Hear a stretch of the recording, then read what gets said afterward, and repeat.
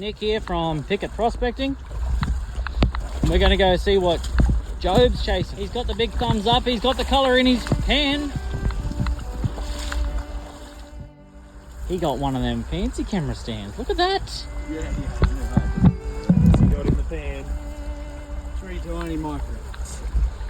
And I only just ripped this rock out that I'm sitting on here with that crowbar, and I just took out the top layer right there.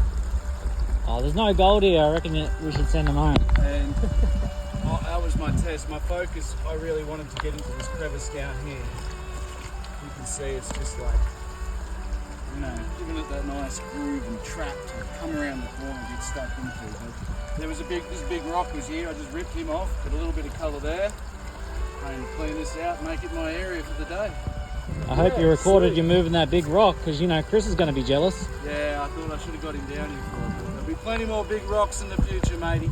So, due to popular demand, I got Job's here with his pan, and he's going to do a panning tutorial for you. Look what I just found though, just before we get, I was just scratching in here, and then I found this scratch, and then I thought,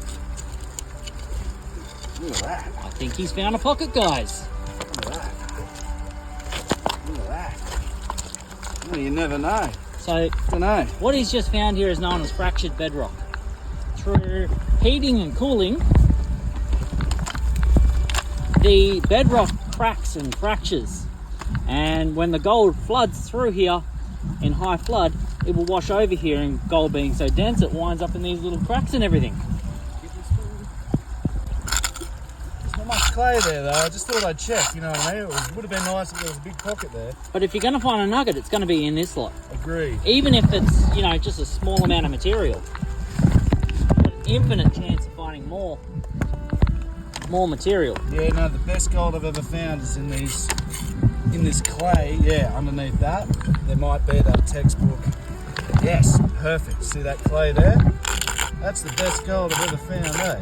Underneath rocks like that, in little bits of clay like that. And you're right, you do a scoop like this, and you could have half a gram, you never know.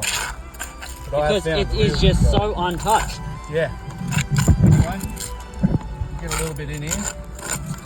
And, Still going. Yeah.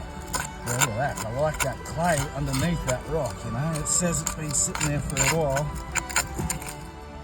Okay, so what he's going to do is, he's going to wet all that dry material, because when dirt and gold are dry, it becomes hydrophobic. The main thing is just getting lots of water in there. I tell the kids to pretend it's a big washing machine. Use your hands as the stir and the breaker-upper. Try to get your fingers to the bottom of the pan is one of my little hidden tips, because if it has concreted up, your fingers will feel it at the bottom, so you can give it a really good scratch. And we always tell everybody, step number 1, just get it as soupy as possible. Pretend you're a good 5-10-year-old kid again. Have a bit of fun with it, you know? But get all of this material as soupy as possible. And if your fingertips aren't bleeding at the end of the day, you're doing it wrong.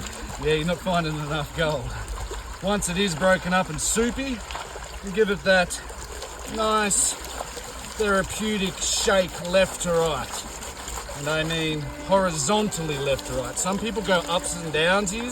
This does nothing. This does nothing. Water, and give it some nice horizontal left to right agitation. They reckon gold is 19 times heavier than water, yeah? So I've often thought to myself, that should mean you only need to shake it 19 times, theoretically, yeah? In theory. Exactly. So I only give it about half a dozen shakes, you know, and then take that top layer off.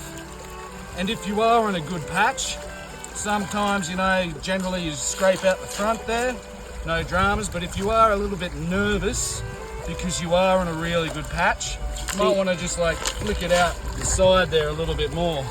Really just make sure you're only taking that top layer off, so any good gold will be trapped down in here on the inside of that beautiful dip in that motion with the shaking, you see. So you're super safe. People think they're going to be pushing the gold out of the pan. But especially with these Garrett super sluices, these have such deep riffles that it's damn near impossible to lose gold with them. I fully agree. These are fantastic for the beginner and the pro alike because you can use different methods. Like you've seen, I've been using it, my hand to scrape that top layer off. But you can still use a little bit of the water from the river to gently take that top layer off or natter out, you know. Until, that'll do me. Moment of truth, Sam, let's see. Beam from underneath. Oh, yes. Look at that, one chunky speck and a couple of that's definitely from underneath. Oh, definitely. That stuff that we just scratched up with the spoon. A couple more pans like that and I am happy to have found a new gold location. Like and subscribe. Hash gotta get that glitter.